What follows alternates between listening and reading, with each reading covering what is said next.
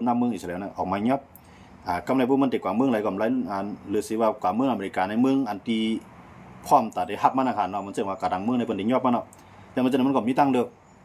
อกำไรเพราะว่ามันติดใจโรคไร้แก้มด้วยมันก็ติดยุ่มแล้วเป็นจะมีในทันยาวุเนี่ยแต่ว่ามันก็ย่อมถอยเนาะย่อมถอยตับซึกออกมานะมันติดมีถอยมาถึงแดนดินอันแดนดินนั่นแหละเป็นรองหนึ่งมันติดมี2คักแทงคักนึงในอยู่ไว้เส้นสีเหลืองเนาะเส้นสีเหลืองในบอกว่าตึกอยู่ในเมืองปาเลสไตน์อยู่นะตึกอยู่ในพื้นที่ฮามาสอยู่ก้วยกาฮามาสเตรียมอะไรเข้ามาตึกอิสราเอลก็เตรียมอะไรป้วนในเส้นเหลืองในก่อนตึกฮามาสมันมีข้อตกลงไว้จังไงเขาก็ตึกกล่าวหากันว่าสู้ป้วนเขาป้วนสู้อันไหนมันตึกเถียงกันอยู่ก้วยกามันมือเรือได้บอกว่าตื้อตั้งแต่ได้กึดเลยเป็นตั้งการอะไรมันสูงหน่อยยาวคันเนาะย้อนภาษาไหนมันมีเหมือนจะหนัง7เมืองมุสลิมเขา7เมืองก็ตกลงรายใจในส่งยังซื้อเข้ามาบอกว่าอันส่งยังซื้อ7เมืองส่งยังซื้อเข้ามาเนี่ยมันชื่อว่าที่มาตึกอิสราเอลมันชื่อว่าที่มาตึกฮามาสครับที่มาอยู่วงกลางฮามาสและอิสราเอลนั่นอย่าไปให้เลย10ตึกกันไผมาไปด้วยว่าไผได้เป็นไผพิษนะครับเนาะสันใจว่าฮามาสได้เป็นไผพิษก็จุ่ม7เมืองนั่นที่เพียวฮามาสนะสังเกตว่าอิสราเอลเนี่ยเป็นไผ่พิษจุ่ม7เมืองนั่นก็ตีจังจอยนะก้อยกับเป้าหมายสูงสุดในอเมริกันรัฐว่าอย่าไปให้มีจุ่มฮามาสให้ฮามาสในบ้านกองกลางให้ตั้งลงปองจึงขึ้นมาอย่าก็กูเมืองอ่อนกันมาลงตื้นล่างในฮามาสในปาเลสไตน์เขาอย่าก็ขึ้นเฮ็ดเมืองใหม่ขึ้นมาเนาะอันนี้เขาได้ใจเขาย่ำเป็น10 ปีเขายกก่อนได้ขึ้นเมืองเก่าขึ้นนำใจง่ายเขานะของมันเหลียวหมดแล้วครับเนาะอันนี้เป็นรองคืบหน้าของเมืองอิสราเอลและตั้งเมืองปาเลสไตน์นะเมืองปาเลสไตน์เนี่ยมันจะลงปองจึงปาเลสไตน์และลงปองจึงอิสราเอลยื้อกันใช่ละมันเป็นจุ่มฮามาสอันอยู่ในเมืองปาเลสไตน์นั่นตั้งอิสราเอลเนี่ยยื้อกันครับเนาะยังไม่ใช่ในเรื่องว่ามูลเนี่ยเฮาเข้ามาด้วยเนี่ยลองอิสราเอลนั่นได้ลองอิสราเอลฮามาสนั้นกึดกว่าเยอะครับเนาะใกล้กับว่าตึกมีลองตึกกันท้องแท่งๆเลยตึกมีอยู่ใกล้กับว่าลองว่าตึกใจดังเครื่องบินว่าใจขีปนาวุธว่านั่นได้มันเย็นกว่าเยอะครับเนาะอันนี้ก็เฮาเข้ามาต่อแต่กันนี้กันลองคืบหน้าเมืองปาเลสไตน์และเมืองอิสราเอลครับเนาะอันนี้ก็เฮาเอาข่าวเงานอกเมืองในเมืองหลายเมืองมาแตกนึงในการเสลมาต่อแต่กันนี้กันยินชมขอบใจนำพี่น้องเขากูเกาะครับเนาะอันมาปั่นแห้งกันในวันมื้อไหนครับเนาะสังว่าพี่น้องเขาเข้ามาด้วยในไลฟ์สดตั้นก็เข้ากันด้วยในYouTube Facebook ก็ไลฟ์นะครับเนาะอันนั้นก็เอามาฝากกันพี่น้องเขากูเกาะนะครับเนาะใบสูงพี่น้องเขากูเกาะครับวันมื้อไหนเฮาค่าอะไรมาพบทุกอย่างกันในเกี่ยวข้องในรองเงาลายนอกเมืองนะครับเนาะสังเกตว่าพี่น้องเขาเกี่ยวกับใจข่าวนอกเมืองก็ติดตามไว้นั่นก็เกี่ยวกับใจข่าวในเมืองในก็สังว่ามีรองคืบหน้าในเมืองเฮาค่าเป็นชื่อเนี่ยเฮาค่าก็เดี๋ยวมาต่อแต่ใครในลาดในการกว่านะครับเนาะยืมยันว่าพี่น้องเขากล้าปานมื้อเรื่องได้มันด้วยข่าวอะไรทั้งไผทั้งมันครับเนาะว่าข่าวมันข่าวไทยข่าวใต้มันมีไว้กูภายนะก็ว่าเฮาเกี่ยวภายแล้วเฮาเกี่ยวซึ่งหือนั่นก็เลือกไล่นะครับในครับเนาะว่าเฮาเกี่ยวภายไล่เพราะว่าเกี่ยวรายการจ้าจอมาในก็เข้ามาติดตามในปันแห่งใจกันในก็เป็นอย่างยินจมครับเนาะเอาครับยินจมพี่น้องเขาก็ครับนะในเมืองปาเลสไตน์ก็มีจุ่มฮามาสกวยมันมีจุ่มยิบกองกลางแทงหลายจุ่มในค่า5เนี่ยเมียนอยู่ครับเมียนเนาะมันมีหลายจุ่มครับในเมืองปาเลสไตน์มีจุ่มยิบกองกลางหลายจุ่มครับนะใกล้กับว่าอันใหญ่ๆมันได้เป็นฮามาสนั่นน่ะใหญ่เลยเพิ่นหมดนะอันลุกขึ้นในครับนะอันใหญ่ๆได้มีฮามาสนะฮะมันได้มีจุ่มยิบกองกลางได้มันนำได้นำเขาใกล้กับว่าเขามาควมกันหมดขนาดทั้งฮามาสเขาเนาะทั้งฮามาสได้แทงหลายๆจุ่มครับเนาะเขามาควมกันหมดใกล้กับอันอ่อนหูว่านั้นเป็นฮามาสครับนะเพราะว่ามันมีฮามาสในต่อให้มีหลายจุ่มก็ย่อมันมีเชียงเอาซินั่นนะมันมีเชียงมีหลายจุ่มได้จ้าพี่น้องเขาว่ากันนะไทยในกัมพูชาเปียวบีบาลาเนี่ยครับว่าพี่น้องเขาใครผู้ลองเมืองไทยเลยกัมพูชานะครับเมืองกัมพูชาเลยไทยในหมดเลยนี่มันตึกกันไว้อยู่ครับนะตึกกันไว้ย้อนไปสั่งเลย1ในจากจึงลุงผ้าเขาห้าม2ในอาเซียนเขาห้ามเนาะ3มาในประธานาธิบดีโดนัลด์ทรัมป์เนี่ยเป็นคนก็ห้ามเลยพุทธขัดนะบอกว่ากัมพูชาก็ได้เลยถอยไทยก็ได้เลยถอยหมดเลยแน่ถอยมาทั้ง2ฝ่ายครับไทยก็ถอยไทยก็ซุ่มแผ่นดินกับมังสูเนาะนะกัมพูชาก็ซุ่มกับหลายสูเนาะนะถอยทั้ง2ฝ่ายก็ใกล้กับว่ามันไปซิวดอกกันนะกัมพูชาเลยไทยเนี่ยตึกตั้งแต่ตึกกันในตึกขึ้นตึกมีสูงอยู่ครับยังบ่ห่างในย้อนไปขอตกลงกันนั้นมันไปเฮ็ดจังการเขาตกลงอันนั้น1กัมพูชาเลยไทยเนี่ยได้เร็วโคมกั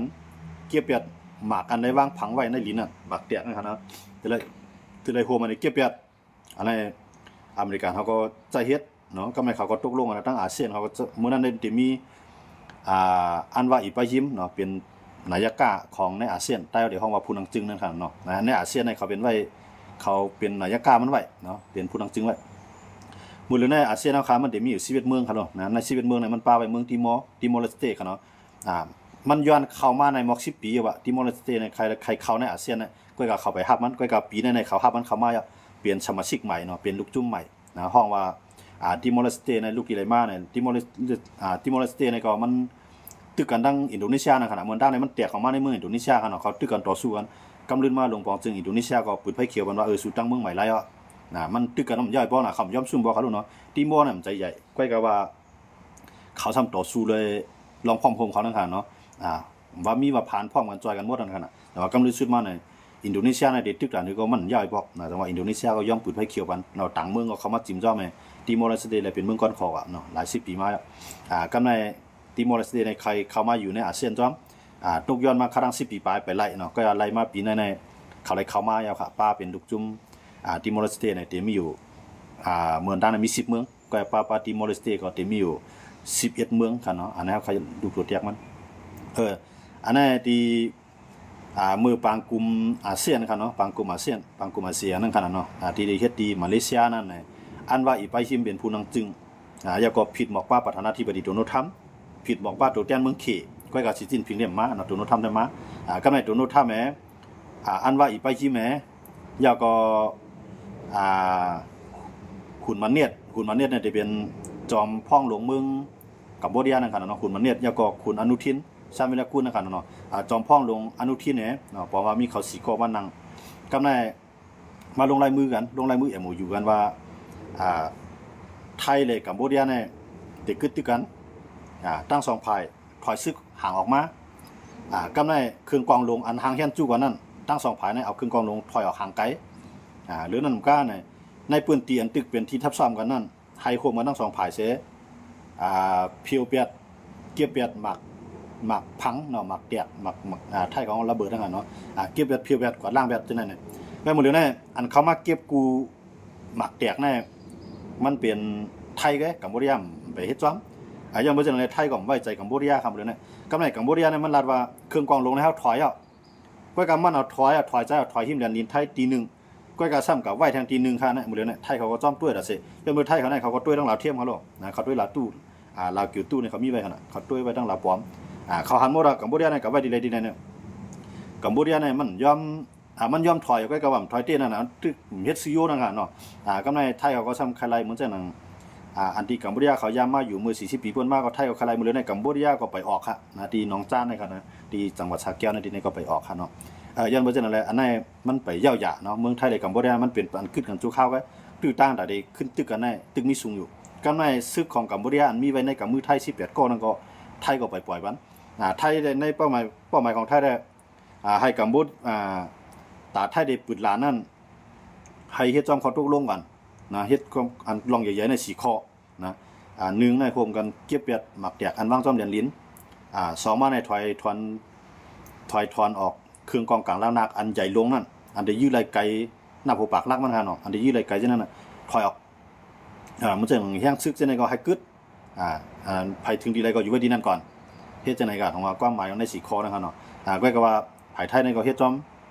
ก็เฮ็ดจอมเสร็จแล้วคนเมืองไทยนั่นพอใจย้อนเบอร์สัง1ปราสาทตาควายก็ไทยไปได้มากขึ้น2ที่หนองจ้านเขาหนอง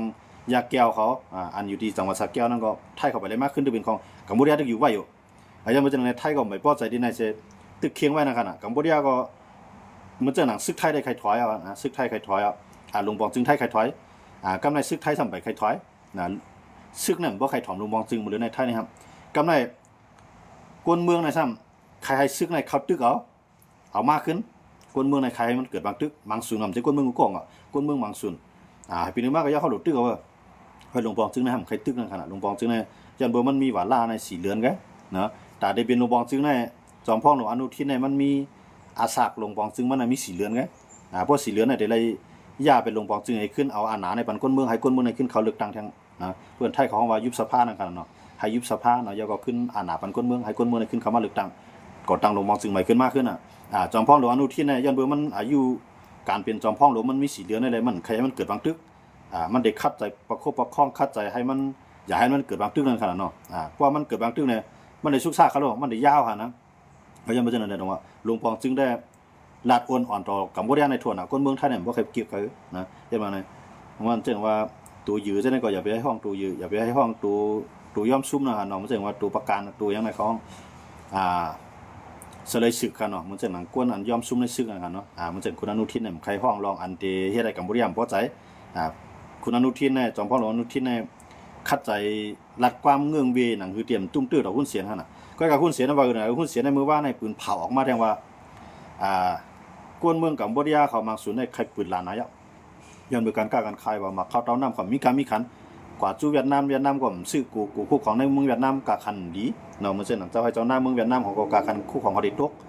เวียดนามก็มีแห้งครับซื้อดิเต้กำไรลาวได้ดื่มซื้ออยู่เนาะกำไรกับจูเคก็ซื้อพร้อมมีตังเลือกมาจูไทยกำไรเนี่ยกำไรมันนิ่วเขาในเนาไปหลอกไปลายข้าวเขาใน1กิโลในตก2 บาท 3 บาทได้มีคนซื้อครับเดือนนะเมืองกัมพูชาเนี่ยว่าเจ้าให้เจ้าหน้าเขาเนี่ยเพราะก็ในไทยเนี่ยก็เดี๋ยวลอกลายเนี่ยสิได้ปีกหลังก็แทงกันมือหลายๆหุ้นเสียเนี่ยมันย่อมเฮ็ดจอมขอตกลงเนาะหุ้นเสียนหุ้นมันเนี่ยย่อมเฮ็ดขอตกลงก็ปีกหลังก็แทง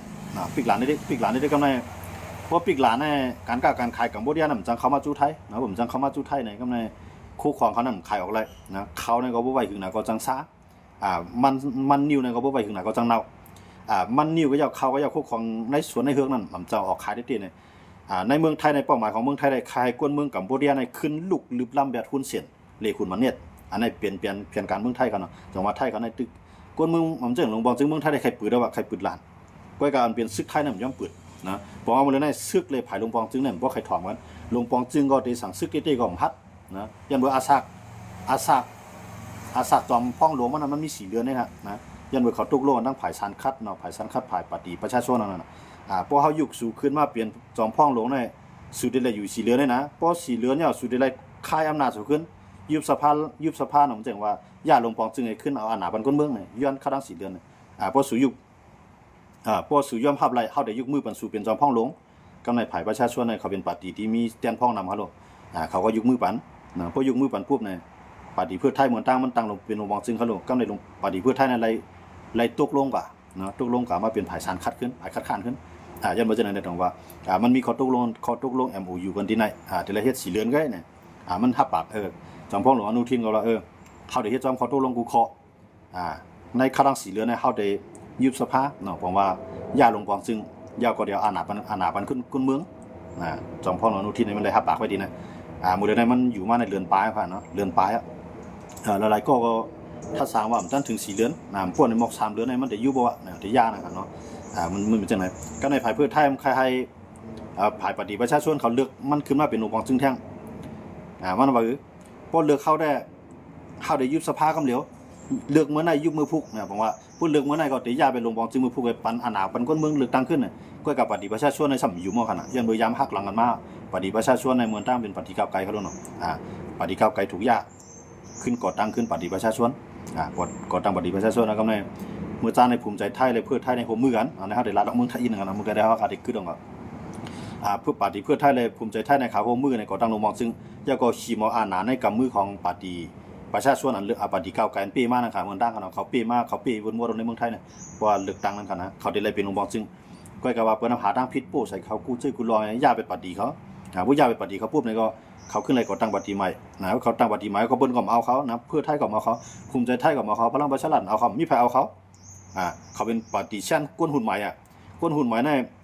นฮัดเฮ็ดฮัดฟ้วนฮัดลาดนะยันเบิกคำไปมีอันมันจังว่ายามกดยามเรียนยามกุ้งไปมีนั่นค่ะเนาะมันตึกซื้อโยมันตึกผึกจริงข่าวใส่เปิ้นก็ฮัดเอาเขาเพื่อเอาเขาขึ้นมาปุ๊บในเขาเส้นเด่มเกิดแล้วน่ะอันอาณาเก่าเก๋ทั้งหลายจะนำอยู่แล้วยันมันจังได๋เขาก็อ่อนกันยากน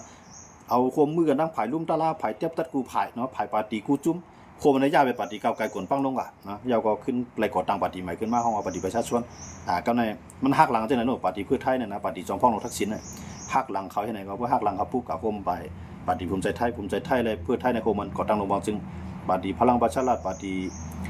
รวมไทยสร้างชาติว่าหลายภายหลายโคมมันมั่วอ่ะมั้ยปฏิประชาชนอะไรขึ้นกว่าเป็นไผ่ชานคัดขึ้นน่ะเนาะดังๆดีมันเปลี่ยนไผ่เป้กำลึกชุดมาเลยเป็นองค์บองจึงเนี่ยอันไหนเป็นเงารายการเมืองไทยกันเนาะยันบ่จังได๋ว่ามันเร็วแน่ที่เปลี่ยนที่มาลองว่าจอมพ่อหลวงอนุทินนั่นมันมีวาระเนาะเพิ่นวาระนั้นหมายถึงว่ามันมีอาสักการที่เป็นองค์บองจึงมันนั้นมี4เรือนเว้ยเนาะมี4เรือนยังบ่จังได๋ว่ามันก็ติเงื่องที่สุดนั่นคือเต็มเลยเกิดเป็นบางตึกเนาะอันใดเป็นบางตึกนั้นมันเปลี่ยนในหลวงปองจึงจอมพ่อหลวงอิงเขาโลนะจอมพ่อหลวงอิงก็ถูกเทียบตัดตั้งพี่เดี๋ยวก็ยาแบบ นะครับเนาะกำลังชุดมาก็จอมพองแล้วนูทิ้งขึ้นมาก็บางตึกนั้นขึ้นลงกว่าพวกบางตึกนั้นขึ้นลงกว่าไหนกำไรมันก็กว่าลงลายมือMOUกันตั้งกัมพูชาว่าขึ้นบางตึกกันมีข้อตกลง4ข้อนะครับเนาะแต่อันนั้นพี่น้องเขาถามมาลองกัมพูชาพี่น้องเขาใครฮู้เนาะเขาก็มาต่อไต่คันนี้บันว่าบางตึกกัมพูชาเลยไทยนั้นขึ้นลงกว่า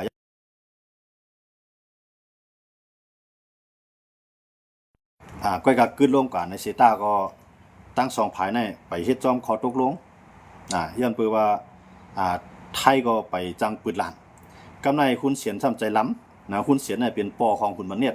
คุณมันเนียดในซ้ำเป็นจอมพ่องลงเมืองกัมพูชาเนาะอย่างในห้องว่าจอมพ่องลงหลานเนี่ยย้อนเมืองกัมพูชาเนี่ยเขามีเจ้าหอค่ำว่ามีเมืองที่มีเจ้าหอค่ำนั่นที่ในห้องว่าจอมพ่องลงเมืองติ่มมีเจ้าหอค่ำนั้นซ้ำที่ในห้องว่าประธานาธิบดีกำในประธานาธิบดีนั่นตีใหญ่หรือจอมพ่องลงนะเขาก็ได้แต่งตั้งจอมพ่องลงก้อนนึงขึ้นมาเหมือนจะหนังเมืองเคียอันสูงสุดในเป็นประธานาธิบดีสีจิ้นผิงอันตามประธานาธิบดีสีจิ้นผิงนั้นทำตีห้องว่าเพื่อนเมืองไทยห้องว่านายกตีรุดใต้ห้องว่าจอมพ่องหลวงเขาก็ตีแต่งตั้งขึ้นมาใช่ไหมครับนะกูเมืองตีมีประธานาธิบดีนั้นตีมีนายกกำในกูเมือง ตีมีเจ้าข้ามนั้นก็ตีมีนายกเหมือนกันเนาะบอกว่าประธานาธิบดีเนี่ยมันพวกเป็นอเมริกันเขาได้ก็เขาได้อยู่ไล่10 ปีแกเนาะเขาอยู่ไล่10 ปีเนี่ยตีไล่เลือกพวกเลือกตั้ง5 ปีพวกมันเปตีไล่เป็นแค่5 ปีพวกมันเป้ก็ยาว5 ปีนั่นเนาะพวกมันเป้ตีไล่อยู่แค่5 ปีก็1ก้อเนี่ยตีไล่มีอาณาปาวาที่เป็นประธานาธิบดีนั่นตีไล่มีอยู่10 ปีต่อ1ก้อเนาะพวกเป็นเมืองเปื้อนก็ในพวกมันเรื่องประธานาธิบดีมันเรื่องหนังขี่เขารัสเซียเขาเป็นเมืองคอมมิวนิสต์เมืองโซเชียลิสต์เนาะส่วนลีดใต้ในห้องเนาะเขาจะนำแต่เขานั้นมีมันเรื่องหนังขี่เขานั้นเขามีหลักตั้งได้เขามีเลือกตั้งย้อนเบอร์เขามีปฏิคอมมิวนิสต์ปฏิเลี้ยวไว้เขาลงก็การรัสเซียในทำมีเลือกตั้งก็การเลือกตั้งก็มันหลักตั้งได้เหรอนะพวกกวนอันติมฮันลีนึงมันเอาตีกวนที่ฮันลีนึงมันนั่นแกเลือกตั้งมากก็มันมือเหลือในพูดที่ในอยู่มาค่าตั้ง30 ปีอย่างก็ ก็การเสียชิ้นปีในตึกอยู่มาหมอกลายปีหมอก10 ปีเขาจะว่าเขาต้องพิดกันเนาะมันจะมันสีจิ้นผิงในกันนะว่าต้องพิดว่าใครเนาะก็การมันสามีจังอะไรเนี่ยสีจิ้นผิงน่ะมีรองเลือกตั้งนะพวกมันไปตายให้ได้มันก็เป็นจอมพ่องเอามันก็เป็นประธานาธิบดีเป็นจอมจึงกับต่อพ่อตายเพื่อนนะเนาะย้อนเพื่อจังอะไรอันนี้ก็เอามาต่อแต่กันพี่น้องเขาลองเมืองไทยกันเนาะหุ้นเสียนที่ข่าวว่าหุ้นเสียนใจล้ำนั้นมันใจล้ำใจหื้อเนี่ยกวนเมืองเนี่ยมันจังกล้าจังขายกว่าต่างเมืองกำในกวนเมืองเนี่ยขายหาลอกไล่มีหุ้นเสียนกันหุ้นเสียนน้ำใจล้ำต่อเมืองไทยตีปืดลานเมืองไทยก็ไปย่อมปืดย่อมมาสั่งย่อมเบิกกัมพูชาไปเฮ็ดจ้อมขอตกลงกัน4 ข้อไปเฮ็ดจ้อมโคมันกูเวียนหมากแตกจ้อมเหรียญดินก่อมย่อมกูเนาะถอยเครื่องกองลงออกกว่านี่ก็ถอยออกกาตีนึงซ้ำครึ่งกับตั้งแทงตีนึงมันบ่เย้าเนาะกัมพูชาในมันตึกอยู่คักการอันเคียงแข่งกันซึกันการในหุ้นเสียนตีเขาว่าหุ้นเสียนจะลำนั่นจะลำนั้นมันลาดว่าโปดไทยใครปืดลานก็เป็นช้างปีกว่าละ5 ปากปีนี่ครับว่าเหมือนตั้งในมันลาดว่าปากปีค่ะนะปากปีเนี่ยหลุดปืนแล้วอยู่ว่าละปากปีทั้ง2 เมืองนำโลกล้าขายต่อกันเนาะนำโลคิดโกกันเนาะปีกหลานก็ละปากปีกัมพูชาตื้นย้อมนี่ว่าก็ในวายหลังมาขุนมันเนี่ยต้องขึ้นย้อนว่าให้ปืดหลานก็กับเมืองไทยก็บ่ย่อมปืดฮะขุนมันเนี่ยมันก็หรือเลยโปมันน่ะย้อนเบอร์โปมันเวตั้งกว่ามันเลยมันขึ้นมาเป็นจอมพ่องเรื่องเขาขุนมันเนี่ยเต้ๆมันในขุนมันเนี่ยมันเป็นก้นกว่าเฮียนกับซ้อนต่างตาวันตกค่ะเต้ๆมันเนี่ยมันฮู้ว่าลองดิโมคราซีเป็นจังหือมันกว่าเฮียนต่างตาวันตกก็ยาวต่างตาวันตกมาเขารู้จันดิกมันขุนมันเนี่ยก็กับมันซ้ำย้อนเปอร์โปมันปันอาหนามันน่ะโปมันไหนเพราะมันได้อยู่กับได้ก้นเมืองได้ลืบล้ำนะก็เลยเงื่อนปันว่าเป็นเรื่องเลือกตั้งเนี่ยเอาให้ก้นเมืองในเลือกลูกใจมันเตี้ยนน่ะขุนมันเนี่ยขึ้นมานะครับเนาะแต่ว่าขุนมันเนี่ยก็มันใครเปลี่ยนเมืองที่มันเคยสีก็มันจังเฮ็ดย้อนเมื่อสังย้อนเบิ่งปีโปมันน่ะโปมันในกำอาหนาไว้เนาะโปมันในเป็นภายนายกาทั้งสภาสูงลูกมันในเปลี่ยนจอมพ่องหลงก็แม่เหมือนเจ้าหนังจะหอค่ำนั้นซ้ำอยู่ภายใต้คาร์พอลูก2 ก้อนในเมืองกัมพูชาค่ะนะย้อนเมื่อนั้นเมืองกัมพูชาพี่น้องเขาถามมานั้นลองฟังตึกถึงดีลายาในมือเรียนนี่ก็เปลี่ยนคักตอน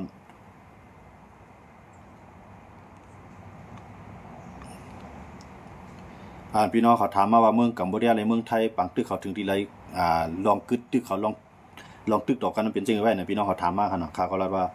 ในก็มาต่อแต่คันพี่น้องเขาว่าปังตึกทั้ง2 ภายนั้นกึดลงกว่าเยอะก้อยกาเฮียงซึกทั้ง2 ภายนั้นตึกเคียงกันไว้อยู่เนาะสั่งเปลี่ยนปังตึกไรกูมือกูย้ำในค่ะเนาะอันนี้ก็มาต่อแต่คันพี่น้องเขานี่ก็เป็นความตอบอันพี่น้องเขาถามมาค่ะเนาะเอาค่ะวันมื้อนั้นก็ลามาเนี่ยเฮาขาดจะให้ขึ้นมาครบทบยากันแท้ในค่ะเนาะสังว่ามีติดตั้งมีข้าวยำเนี่ยคำจงจะให้ขึ้นมายากันแท้ในค่ะเนาะ อันนั้นก็หมายสูงพี่น้องเขากูก็กูจับอันพี่น้องเขาเตรียมต่างเข้ามาเลยไปตั้งเลยอ่านแม่นย่าในก็อยู่ดีในเสลย่อมน้อมถึงพี่น้องเขากูก็อยู่ในคันเนาะนั่นก็หมายสูงกันแทงคำหนึ่งครับหมายสูงกันกูก็เสกคำคันเนาะ